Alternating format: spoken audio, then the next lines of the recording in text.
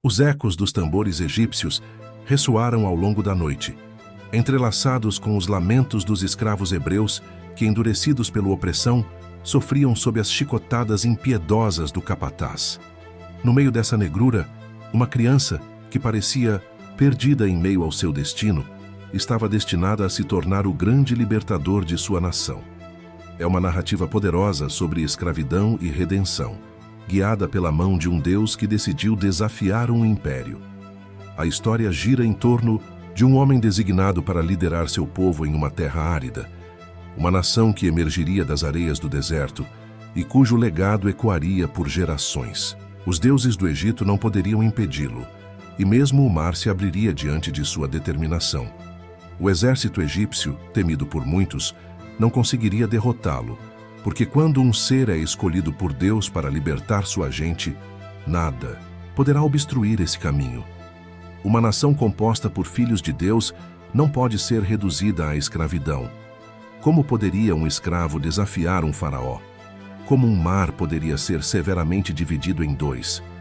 Como um povo seria capaz de atravessar 40 anos de deserto e ainda assim sobreviver? Essa não é apenas uma narrativa antiga. É uma mensagem atemporal, um aviso e uma revelação que se aplica a todos os tempos. Anos se passaram, e os israelitas prosperaram no Egito, transformando-se de refugiados durante o tempo de José, filho de Jacó, a prisioneiro sob o jugo de um novo faraó que não conhecia sua história. Este faraó aterrorizado via o povo hebreu como uma ameaça crescente. Ele temia que, em caso de guerra, eles se unissem aos inimigos e pudessem escapar de seu domínio. Assim, o Egito emitiu um decreto de opressão, mantendo os filhos de Jacó, os descendentes da promessa feita a Abraão, em condições de cativeiro. No entanto, quanto mais eles eram oprimidos, mais cresciam em número, provocando uma maior preocupação no coração do faraó. Ele refletiu: se não conseguirmos controlar esse povo, nos tornarão vulneráveis e poderão acabar conosco. Um novo decreto foi então imposto, que aterrorizava as famílias hebraicas. Cada criança hebraica recém-nascida deveria ser entregue ao Nilo, com a única exceção das meninas. Mas no meio dessa crueldade, em uma casa modesta da tribo de Levi, nasceu uma criança que estava predestinada a mudar o mundo. Um homem que mais tarde seria conhecido como Moisés. Determinada a protegê-lo, mesmo que isso custasse sua própria vida, sua mãe decidiu esconder o bebê por 3 meses, sempre alerta a cada som que pudesse delatar sua presença. Quando não conseguiu mais ocultá-lo, a mãe tomou uma decisão ousada. Ela preparou uma cesta à prova d'água e a selou com piche, colocando seu filho dentro. Com o coração pesado, a irmã de Moisés, Miriam, sussurrou ansiosamente: "O que você fará agora?" Sua mãe respondeu: "Vou entregar meu desespero nas mãos de Deus."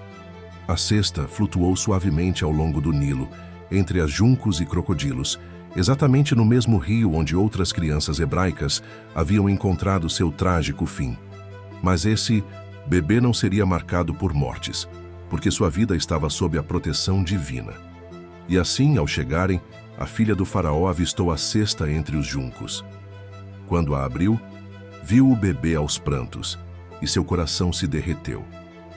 "Este é um bebê hebreu, mas o criarei como se fosse meu." Assim, o futuro libertador de Israel foi salvo por um destino improvável.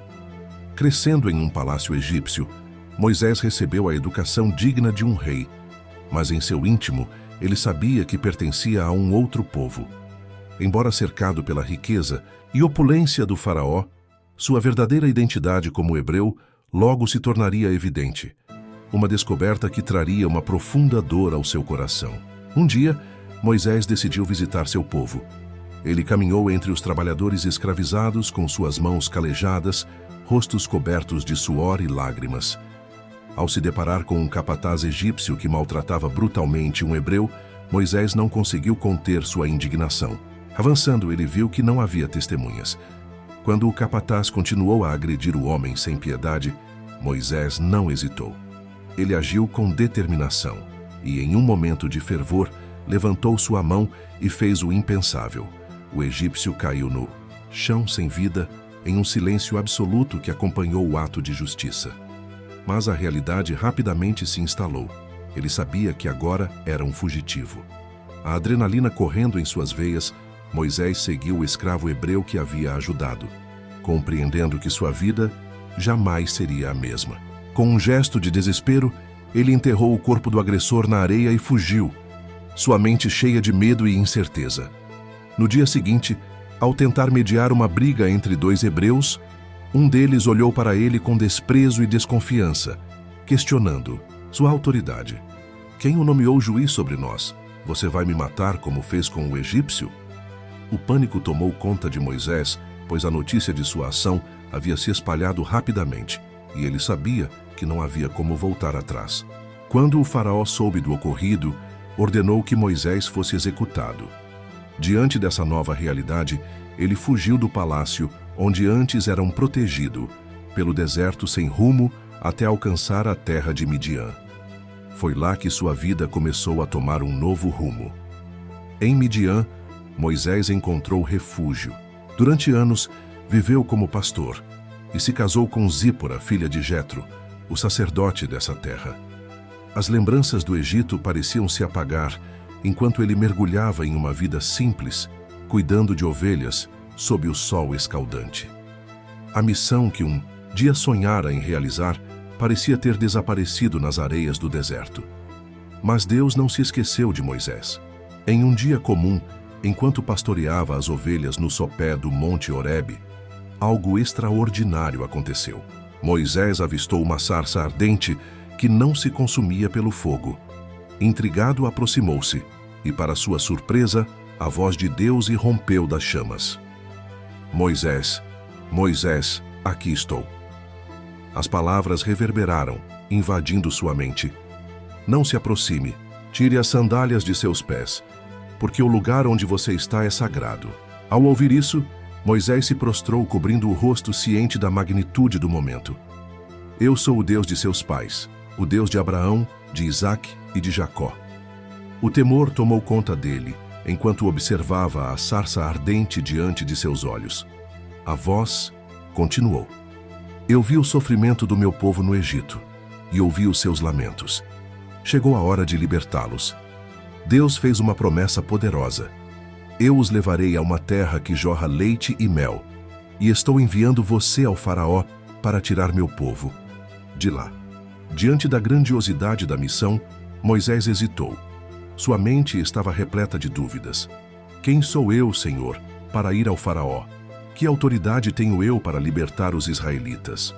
O medo e a insegurança o paralisavam, fazendo-o questionar até mesmo sua capacidade de realizar essa missão monumental.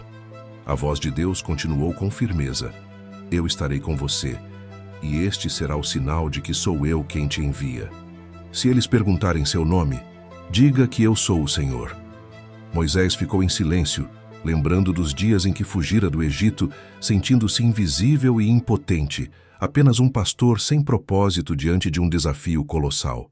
Porém, em sua mente, ecoava a promessa divina de que o Senhor sempre estaria ao seu lado e que seu poder seria manifestado perante os olhos do Egito. Determinando-se, Moisés deixou o Monte Horebe, onde a visão do fogo ardente ainda dançava em sua memória. A responsabilidade de sua missão pesava em seus ombros, mas não se tratava mais de um fugitivo. Ele agora era o mensageiro de Deus. Seja forte e corajoso. Seu irmão Arão irá falar por você, disse a voz.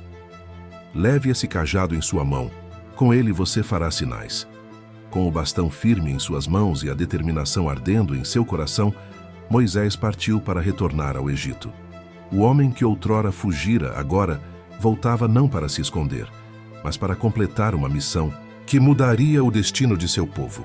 Ao se apresentar diante dos anciãos de Israel, compartilhou tudo o que o Senhor lhe havia revelado. Quando os sábios ouviram a mensagem de que Deus não os havia esquecido, prostraram-se em adoração, agradecendo ao Todo-Poderoso por lembrar-se do sofrimento de seu povo. Com os corações renovados pela esperança, os anciãos de Israel perceberam que o tempo da libertação estava próximo e que Moisés era o escolhido para liderá-los rumo à liberdade.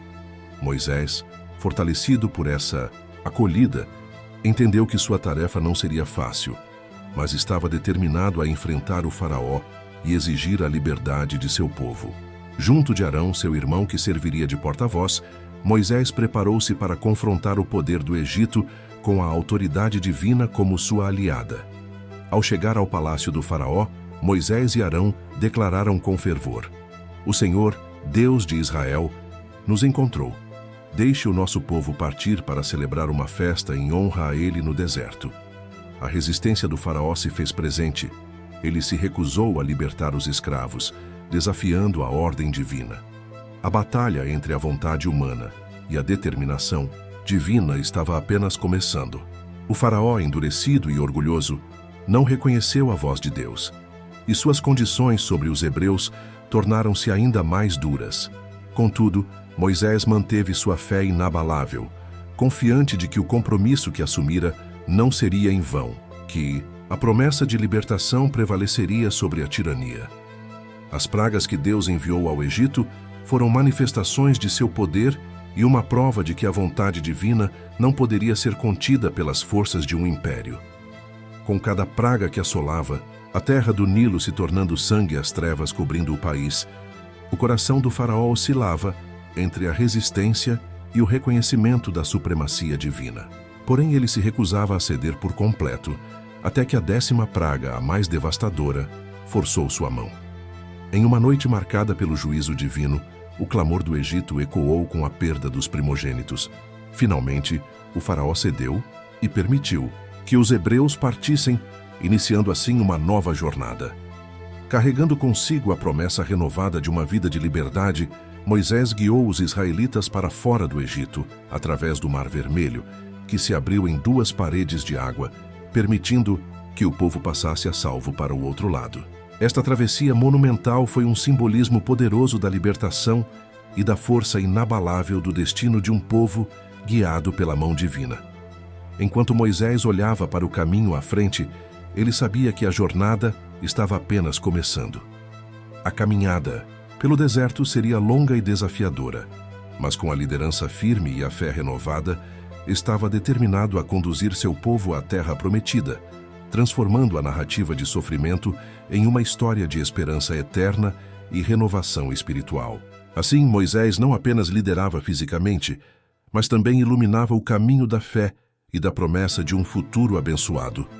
Moisés e Arão avançaram destemidamente pelo suntuoso templo do faraó, cujas paredes reluziam com a pompa e o esplendor do Império Egípcio. A luz refletia em cada detalhe de ouro e marfim, simbolizando a grandeza daquele reino. No entanto, para o faraó, Moisés e Arão não passavam de meros homens comuns, sem a mínima ameaça aparente ao seu poder incontestável. Com coragem, Moisés ergueu seu cajado, proclamando firmemente: "Assim diz o Senhor Deus de Israel: liberte meu povo para que eles possam me servir no deserto." Um silêncio tomou conta do salão, até ser interrompido pela gargalhada ressonante do faraó. "Quem é este Deus a quem deveria obedecer?" ele zombou. "Não conheço esse Deus e não libertarei Israel."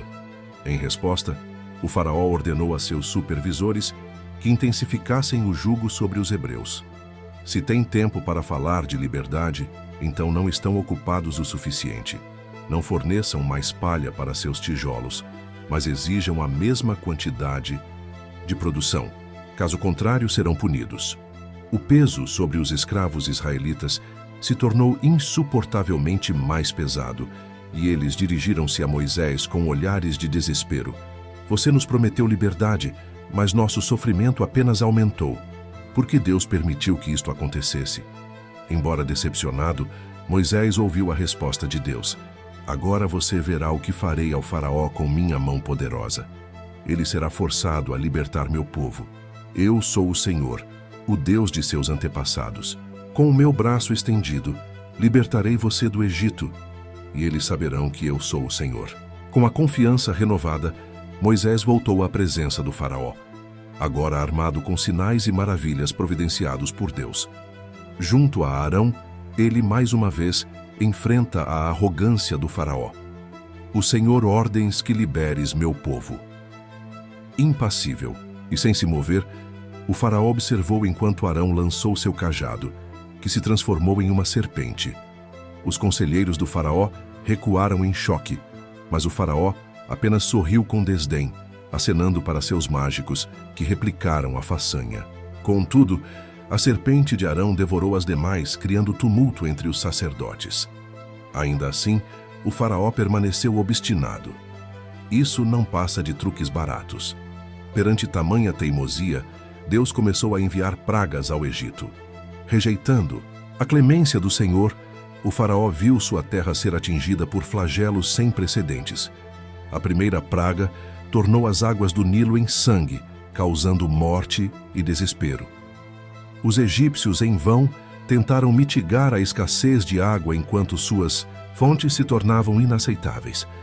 Mesmo assim, o faraó manteve-se inflexível. Aqui começaram longos testes de fé e resiliência. As pragas seguiram uma após a outra, cada vez mais devastadoras. Sapos invadiram o Egito, tornando a vida insuportável, até que o faraó, em desespero, prometeu deixar o povo partir, só para romper sua palavra quando o desconforto cessou. Piolhos, moscas e, posteriormente, ainda mais destruição foram enviados, atingindo o Egito com furor, enquanto o povo de Israel permanecia intocado em Goshen, protegidos pela graça divina. Moisés não cedeu, e diante de cada promessa quebrada do faraó, ele voltava trazendo novas manifestações do poder divino. Os campos foram devastados por pragas e granizo, os gafanhotos devoraram o que quer que tenha restado, e, finalmente, escuridão total cobriu a terra por 3 dias.